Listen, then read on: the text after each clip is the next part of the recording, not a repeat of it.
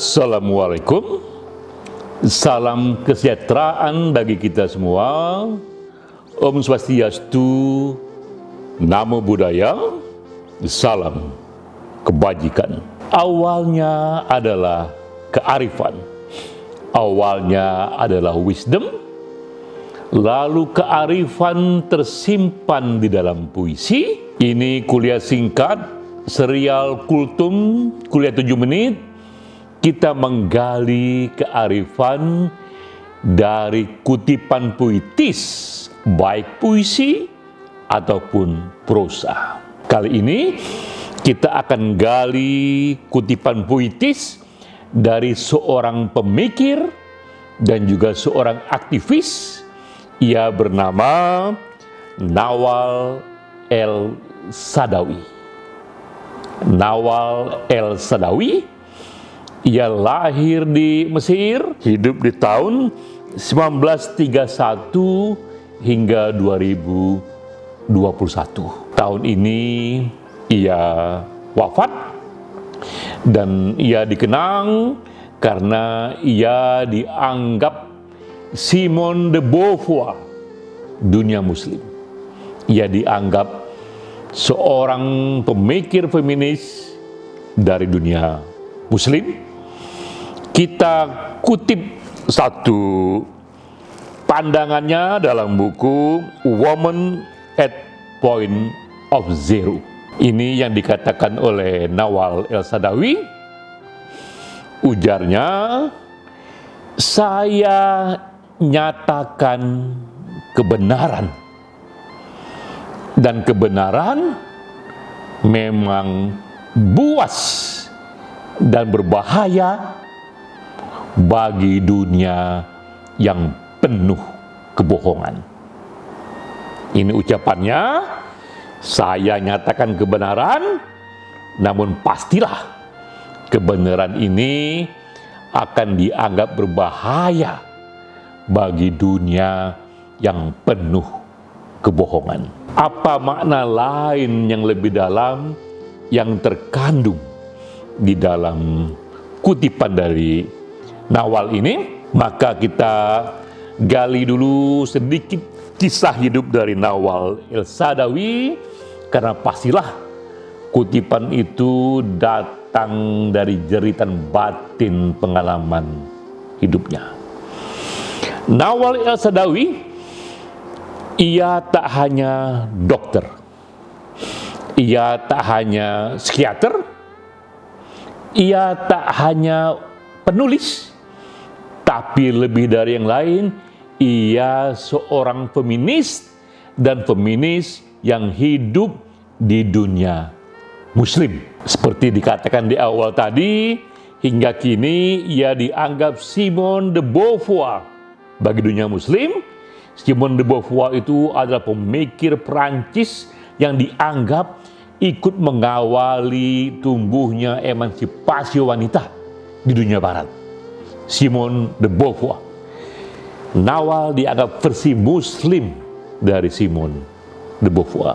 Sejak kecil, Nawal mengalami sendiri kultur yang sangat didominasi oleh laki-laki.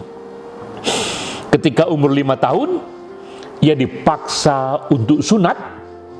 Satu pengalaman traumatis yang ia bawa hingga akhir hayatnya, di mana ia dipaksa sunat di umur 5 tahun.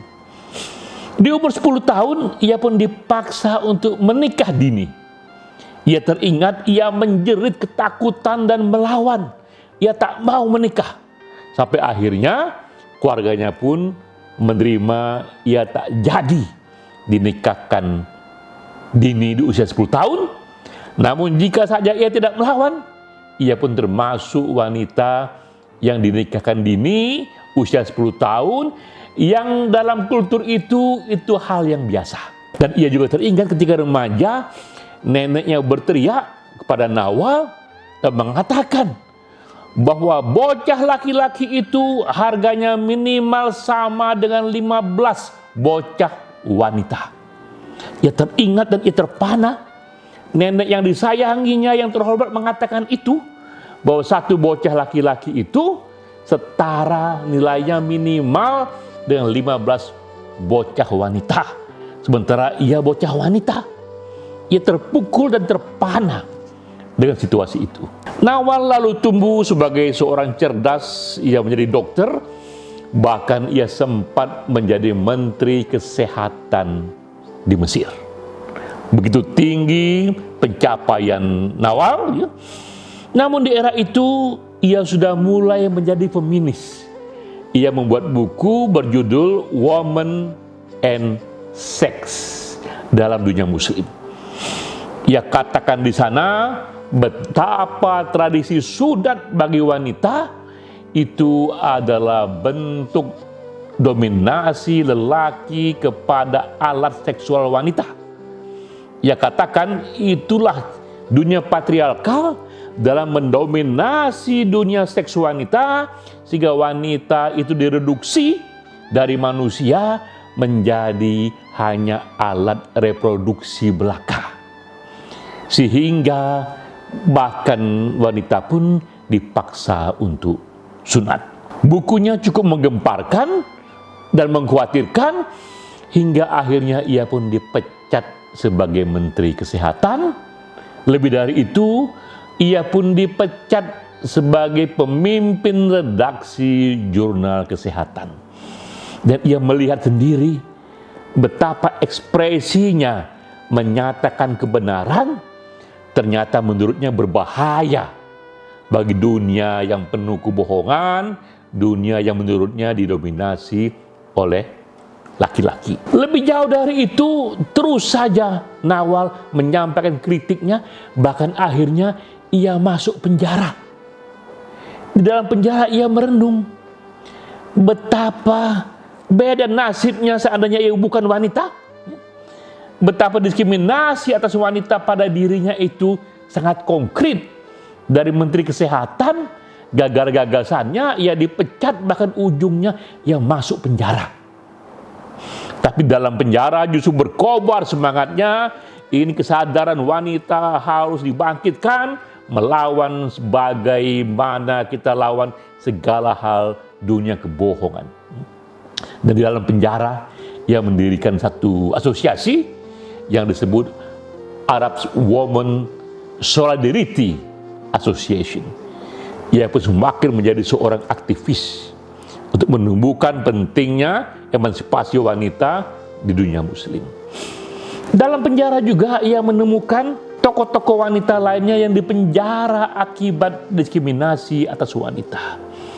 Ia wawancara seorang tokoh yang anonim itu, yang akhirnya justru menjadi inspirasi dari novel yang terkenal itu, Woman at Point of Zero.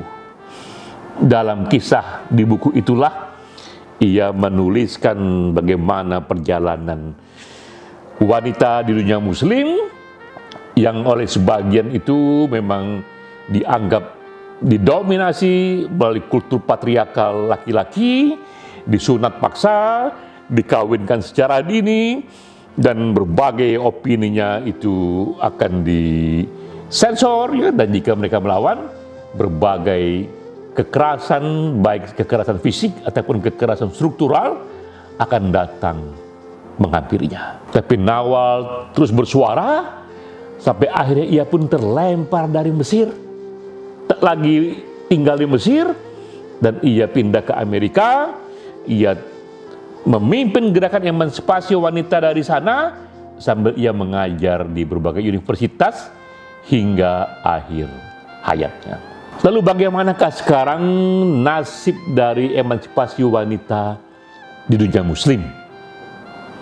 Nah, kita tahu gerakan ini terus berlanjut, juga dikerjakan oleh pemikir dan aktivis lain yang hidup di dunia barat. Jika Nawal hidup di dunia muslim di Mesir, ini kita beri contoh aktivis yang juga masih hidup kini di dunia barat, di Amerika Serikat, namanya Aminah Wadud. Ia lahir di Amerika Serikat. Aminah Wadud, ia seorang yang juga kompeten. Ia pelajari bahasa Arab hingga tingkat PhD. Doktornya itu mendalami bahasa Arab. Ia pun ke Kairo mendalami filsafat, termasuk filsafat Islam. Ia juga mendalami teologi. Ia katakan, saya mendalami bahasa Arab hingga tingkat yang paling tinggi, juga aneka teologi dan filsafatnya, karena saya ingin membaca ulang kitab suci dari sumber pertamanya, dari bahasa aslinya. Karena bagi Aminah Wadud, paham yang datang di zaman modern ini, yang datang melalui peradaban 1400 tahun sejak datangnya Nabi, itu sudah banyak sekali bias interpretasi oleh ulama-ulama yang menurut Aminah Wadud, ulama yang bias oleh dominasi laki-laki. Maka ia berniat mempelajari sendiri, langsung dari bahasa aslinya, dari kitab aslinya, dan ia ingin tahu lebih detail apakah memang demikian cara orang memperlakukan wanita. Karena bagi Aminah Wadud, emansipasi tak cukup hanya emansipasi di dunia pendidikan, tak cukup hanya emansipasi di dunia kerja, tapi bagi Aminah Wadud juga harus emansipasi wanita bahkan dalam ritus agama. Itulah bentuk pertumbuhan terakhir emansipasi. Aminah Wadud meyakini bahwa manusia itu ditentukan oleh kualitas dari pribadinya, bukan oleh gendernya. Karena itu, apa yang salah jika wanita juga memimpin ritual yang juga dihadiri laki-laki? Aminah Wadud menolak jika wanita hanya berdiri di belakang saja dalam satu sholat bersama, di belakang saja yang selalu berceramah, yang selalu memimpin ritual itu selalu laki-laki. Bagi Aminah Wadud, baik laki-laki ataupun wanita, dia manusia yang sama. Mereka ciptaan Tuhan yang sama. Mengapa tak bisa wanita menjadi imam sholat yang juga dihadiri laki-laki? Mengapa wanita tak bisa menjadi pengkhotbah Jumat yang juga dihadiri laki-laki?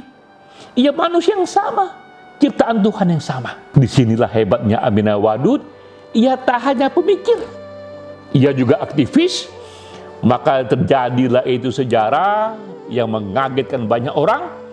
Tahun 1994, untuk pertama kalinya di dunia modern yang diliput banyak media, ia sendiri memberikan khotbah Jumat yang dihadiri oleh hadirin yang juga ada laki-lakinya. Orang terpana, karena biasanya itu dunia laki-laki.